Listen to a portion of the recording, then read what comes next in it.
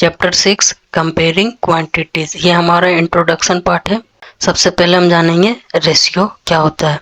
दो क्वांटिटीज को कंपेयर किया जाए थ्रू डिवीजन, वो हमारा रेशियो कहलाता है। ए रेशियो बी को हम ए बाई बी भी लिख सकते हैं। ए हमारा एंटीसीडेंट कहलाता है और बी हमारा कॉन्सिक्वेंट कहलाता है। जैसे दो क्वांटिटीज का हम कंपेयर करते हैं, यहाँ पे 10 गर्ल्स और 30 बॉयज़ का हम कंपेयर करेंगे तो इसे हम लिख सकते हैं 10:30। 10:30 को हम फ्रैक्शन में भी लिख सकते हैं 10/30। 10/30 को हम 10 से डिवाइड करेंगे तो ये हमारा आएगा 1/3। ये हमारा कंपेयर हो गया दो क्वांटिटीज में, यानी 3 बॉयज़ पे 1 गर्ल्स हमारा है, ये हमारा कंपेयर हुआ। अब आगे जानेंगे हम प्रोपोर्शन। प्रोपोर्शन हमारा क्या होता है। जब हमारा ए रेशियो बी और सी रेशियो डी ये दोनों अगर इक्वल हो तो इसको हम इक्वल साइन की जगह पे इस साइन से रिप्लेस कर देते हैं और हम कहते हैं कि ये दोनों रेशियो प्रोपोर्शनल है। जब इस तरीके से दो रेशियो इक्वल हो तो हमारा जो एक्सट्रीम होगा ये ए और डी, ये दोनों साइड वाला हमारा एक्सट्रीम्स कहलाता है। ये दोनों का प्रोडक्ट और जो हमारा मीन्स है बी और ये सी, ये दोनों हमारा मीन्स कहलाता है। तो हमारा प्रोडक्ट ऑफ एक्सट्रीम्स और प्रोडक्ट ऑफ मीन्स ये दोनों आपस में इक्वल होते हैं। तो यानी ए इंटू डी हमारा इक्वल होगा बी इंटू सी के। अब जानेंगे हम यूनाइटरी मेथड। हमारे पास एक क्वेश्चन है, the cost of 50 metre cloth is ₹200, find the cost of 60 metre cloth. 50 metre cloth का दाम 200 रुपये है तो 60 मीटर क्लॉथ का दाम कितना होगा, ये हमें बताना है। इस तरीके से जब भी हमारे पास क्वेश्चन आए तो सबसे पहले हम 1 मीटर के लिए कॉस्ट फाइंड करेंगे कि 1 मीटर के लिए हमारा क्या कॉस्ट होगा। तो 1 मीटर के लिए कॉस्ट के लिए हम 200 को 50 से हम डिवाइड करेंगे तो ये हमारा 1 मीटर के लिए कॉस्ट आ जाएगा। 50 के टेबल में 50 1 टाइम्स में और 200 हमारा 4 टाइम्स में। 1 मीटर के लिए जो हमारा कॉस्ट होगा वो होगा ₹4। इस तरीके से हमारा 1 यूनिट के लिए प्राइस आ जाएगा। और अब हमें बताना है कि 60 मीटर के लिए हमारा क्या प्राइस होगा। 60 मीटर के लिए जो हमारा प्राइस होगा वो हम लिखेंगे 200 डिवाइड बाई 50 इंटू 60। 200/50 हमारा आया था 4, 200/50 की जगह पे हमारा 4 हो जाएगा इंटू 60। 60 इंटू 4 हमारा हो जाएगा 240 रुपीज़। 60 मीटर क्लॉथ का कॉस्ट हमारा 240 रुपये हो जाएगा। तो ये तरीका यूज करके हम आसानी से एक्सरसाइज में क्वेश्चन सॉल्व कर सकते हैं। अब हम जानेंगे आगे परसेंटेज। यहाँ पे हमारे पास लिखा हुआ है percentages are numerators of fractions with denominator 100। अगर हमारे पास न्यूमरेटर में 100 हो तो उस 100 को हटा के हम परसेंटेज लिख सकते हैं, और अगर हमारे पास परसेंटेज हो तो इस परसेंटेज को हम हटाकर डिनोमिनेटर में 100 लिख सकते हैं। जैसे हम इसे आगे समझते हैं, जैसे हमारे पास 400/500 है तो ये आपस में कितना परसेंट है ये हमें बताना है। तो इसको सबसे पहले हम 5 से डिवाइड कर देंगे। तो 5 के टेबल में 500 हमारा 100 टाइम्स में और 400 हमारा 80 टाइम्स में। तो हमारा जो बचा है यहाँ पे 80/100 बचा है। तो यहाँ पे हम 80 को 80 लिखेंगे और 100 को हम परसेंटेज में कन्वर्ट कर देंगे तो ये हमारा हो जाएगा 80%। तो ये हमारा जो है 80% है और इसी तरीके से ये हमारा 78% होगा। Percentage ratio fraction and decimals. जब हमारा 1:4 होगा तो इसको हम इक्विवेलेंट टर्म में यहाँ पे लिख लिए हैं। 1:4 को हम 25/100 भी लिख सकते हैं। तो इसको हम फ्रैक्शन में लिखेंगे तो हमारा 1/4 हो जाएगा या फिर 25/100 होगा। जब हम 1/4 या फिर 25/100 को डिवाइड करेंगे तो हमारा 0.25 आएगा डेसिमल में। और जब हम इसको परसेंटेज में लिखेंगे तो 25 का 25 और 100 को हम परसेंटेज में कन्वर्ट कर देंगे तो हमारा हो जाएगा ये 25%। तो यानी यहाँ पे जो ये हमारा शेडेड पार्ट है, ये हमारा शेडेड पार्ट 25% है। अब इसके आगे हम जानेंगे फ्रैक्शन एंड परसेंटेज। अब हमारा है कन्वर्टिंग फ्रैक्शन टू परसेंटेज की एक्सरसाइज में हमें क्वेश्चन फ्रैक्शन में गिवन हो और इसे हमें कन्वर्ट करना हो परसेंटेज में, तो कैसे करेंगे। सबसे पहले जो हमारा क्वेश्चन है वो क्वेश्चन को हम लिखेंगे और उस क्वेश्चन में हम 100 से इंटू करेंगे और इंटू करने के बाद हम परसेंटेज का साइन पुट कर देंगे और इसको आगे हम सिंप्लीफाई करेंगे। सिंप्लीफाई करने के बाद हमारा जो बचेगा वो हमारा परसेंटेज हो जाएगा, यानी यहाँ पे हमारा आया 51%। इसी तरीके से जो हमारा यहाँ पे आगे सेकंड नंबर क्वेश्चन है 4/5। 4/5 में हम 100 से इंटू करेंगे और परसेंटेज का साइन पुट कर देंगे और उसके बाद यहाँ पे हम इसे सिंप्लीफाई करेंगे। 5 के टेबल में 5 1 टाइम्स में और 100 20 टाइम्स में। 20 × 4 हमारा होगा 80%। इसी तरीके से आगे हम एक्सरसाइज में क्वेश्चन हमें फ्रैक्शन में गिवन होगा तो हम परसेंटेज में कन्वर्ट करेंगे। आगे अब हम जानेंगे कन्वर्टिंग परसेंटेज टू फ्रैक्शन। आगे एक्सरसाइज में हमें क्वेश्चन गिवन हो परसेंटेज में और इसे हमें कन्वर्ट करना हो फ्रैक्शन में, तो कैसे करेंगे। 45% को हम फ्रैक्शन में लिखेंगे, न्यूमरेटर में हमारा 45 हो जाएगा और डिनोमिनेटर में हमारा 100 हो जाएगा। ये परसेंट हम हटाएंगे और ये परसेंट के बदले 100 हो जाएगा और आगे फिर हम इसे सिंप्लीफाई करेंगे। 5 के टेबल से 45 9 टाइम्स में और 100 हमारा 20 टाइम्स में, तो 9/20 ये हमारा फ्रैक्शन में आंसर इस तरीके से आ गया। इसी तरीके से हमारा सेकंड नंबर क्वेश्चन है 64%। न्यूमरेटर में हमारा 64 हो जाएगा, ये परसेंटेज हमारा हटेगा तो डिनोमिनेटर में 100 हो जाएगा। ये हमारा फ्रैक्शन में 64/100 है। इसको हम सिंप्लीफाई करेंगे, ये डिवाइड होगा 4 के टेबल से तो यहाँ 16 आएगा और यहाँ पे 25 आएगा। इस तरीके से हम परसेंटेज को फ्रैक्शन में कन्वर्ट करेंगे। आगे अब हम जानेंगे रेशियो एंड परसेंटेज। सबसे पहले हमारा है कन्वर्टिंग परसेंटेज एज रेशियो। हमें आगे एक्सरसाइज क्वेश्चन में गिवन हो परसेंटेज में क्वेश्चन, उसे हमें कन्वर्ट करना हो रेशियो में, तो कैसे करेंगे। जो हमारा 23% है, 23% को हम न्यूमरेटर में 23 लिखेंगे और परसेंटेज हटाएंगे, डिनोमिनेटर में ये हमारा 100 हो जाएगा। तो सबसे पहले हम फ्रैक्शन में कन्वर्ट करेंगे। 23/100 हो गया। अब फ्रैक्शन से हम रेशियो में से लिख देंगे 23/100। ये हमारा आंसर हो जाएगा। इस तरीके से हम कन्वर्ट करेंगे परसेंटेज को रेशियो में।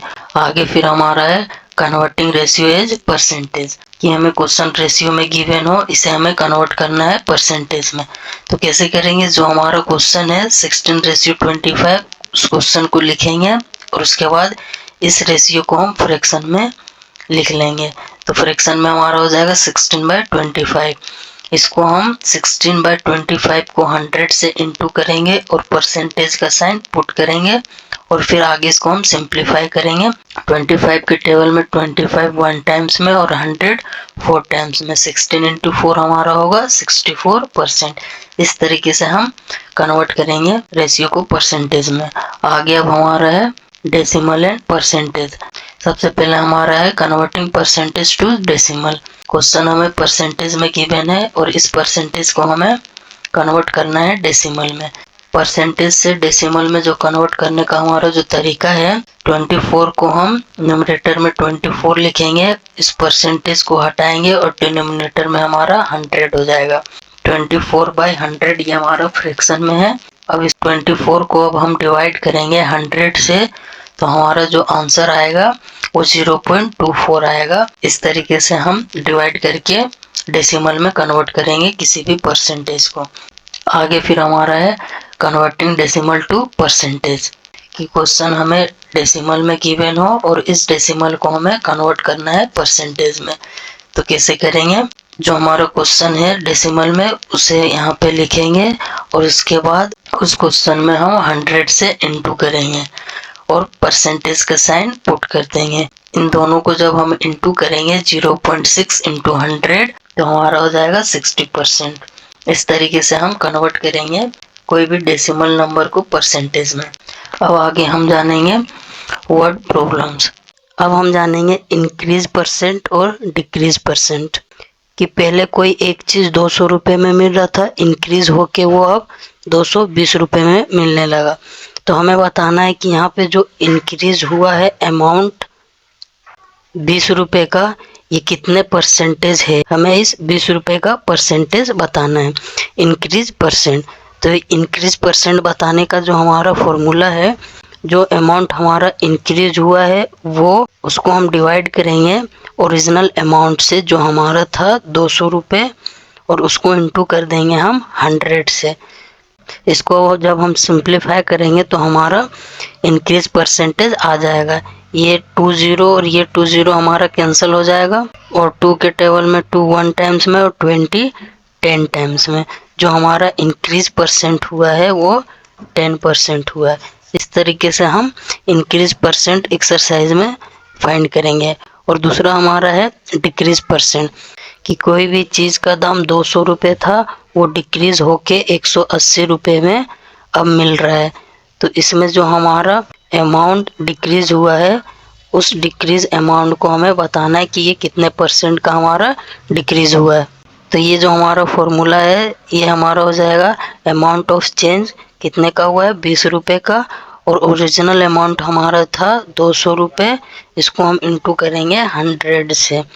ये 20 और ये 20 हमारा कैंसिल होगा, 2 के टेबल में 2 1 टाइम्स में और 20 10 टाइम्स में। इसमें जो हमारा परसेंटेज डिक्रीज हुआ है वो 10% का हमारा डिक्रीज हुआ है। तो इसी तरीके से हम एक्सरसाइज में इंक्रीज परसेंट और डिक्रीज परसेंट फाइंड करेंगे। और अब आगे हम जानेंगे सिंपल इंटरेस्ट। जब कोई एक व्यक्ति किसी से कुछ रुपए उधार में लेता है सर्टेन पीरियड ऑफ टाइम के लिए, तो उस टाइम के बाद उसे जब वो रुपए चुकाना होता है तो उस रुपए के साथ उसे कुछ और रुपए देना पड़ता है, तो उस रुपए को हम इंटरेस्ट कहते हैं। यहाँ पे हमारे पास है सम बेसिक टर्म्स। जब कोई व्यक्ति किसी से कुछ रुपए उधार लेता है तो उस उधार लिए गए रुपए को हम प्रिंसिपल कहते हैं, और जितने दिन के लिए वो उधारी पे लेता है वो जब समय पूरा होता है तो उसके साथ में उसे कुछ और रुपए पेड करना पड़ता है। जो वो एक्स्ट्रा मनी पेड करता है उसे हम इंटरेस्ट कहते हैं। प्रिंसिपल और इंटरेस्ट को हम जब सम कर देंगे तो वो हमारा अमाउंट कहलाता है। यहाँ पे हमारा अमाउंट के लिए फॉर्मूला है amount equal to principal plus interest. अगर कोई 5,000 रुपये उधार देता है 1 साल के लिए 10% इंटरेस्ट पर, तो ये हमारा रेट ऑफ इंटरेस्ट कहलाता है। अब हमारा है कैलकुलेशन ऑफ सिंपल इंटरेस्ट। जब एक्सरसाइज में हमें क्वेश्चन आएगा इंटरेस्ट फाइंड करने के लिए, तो उसके लिए जो हमारा फॉर्मूला होगा इंटरेस्ट फाइंड करने के लिए हमारा P into R into T by 100 होगा। इस फॉर्मूले से हम इंटरेस्ट फाइंड करेंगे। और जब हम इस 100 को इक्वल साइन के इस साइड लिखेंगे तो इधर 100 हमारा डिवाइड में था, इधर लिखेंगे तो हमारा इंटू में हो जाएगा, और इस साइड हमारा बचा है P into R into T. R और टी को भी हम इक्वल साइन के इस साइड कर देंगे। ये दोनों इस साइड हमारा इंटू में है, इधर आएगा तो दोनों हमारा डिवाइड में चला जाएगा, तो इस साइड हमारा बचेगा P। एक्सरसाइज में हमें प्रिंसिपल भी फाइंड करने के लिए आएगा, तो प्रिंसिपल हम इस फॉर्मूले से फाइंड करेंगे। जो यहाँ पे हमारा प्रिंसिपल फाइंड करने के लिए फॉर्मूला है, और ये फॉर्मूला हमारा रेट ऑफ इंटरेस्ट फाइंड करने के लिए है, और ये फॉर्मूला हमारा टाइम फाइंड करने के लिए है। जैसे यहाँ पे आगे हम समझते हैं, जैसे यहाँ पे हमें इंटरेस्ट फाइंड करना है और अमाउंट फाइंड करना है। ये अमाउंट 3 साल के बाद पेड किया जाएगा, और प्रिंसिपल हमें गिवन है 1200 रुपीज़ और रेट हमें गिवन है 5%। यहाँ पे हमारे पास जो गिवन था principal equal to ₹1200, rate 5% per annum, और टाइम हमारा 3 ईयर्स है। तो इंटरेस्ट निकालने का जो हमारा फॉर्मूला है P into R into T by 100। तो प्रिंसिपल हमारा 1200 है, रेट हमारा 5 है, और टाइम हमारा 3 ईयर्स था तो 3 हो जाएगा, और बाई 100 जब इसको हम सोल्व करेंगे तो हमारा ₹180 आएगा। तो इंटरेस्ट जो 3 साल के बाद पे करना होगा वो ₹180 पे करना होगा। जो टोटल अमाउंट पे करना होगा प्रिंसिपल प्लस इंटरेस्ट हमारा हो जाएगा ₹1380। इस तरीके से हम एक्सरसाइज में क्वेश्चन सोल्व करेंगे। अब आगे हमारा है profit and loss. Cost price को सीपी कहते हैं, सेलिंग प्राइस को एसपी कहते हैं। और जब हमारा एसपी बड़ा हो, सीपी छोटा हो तो हमें प्रॉफिट होता है। प्रॉफिट को हम गेन भी कहते हैं।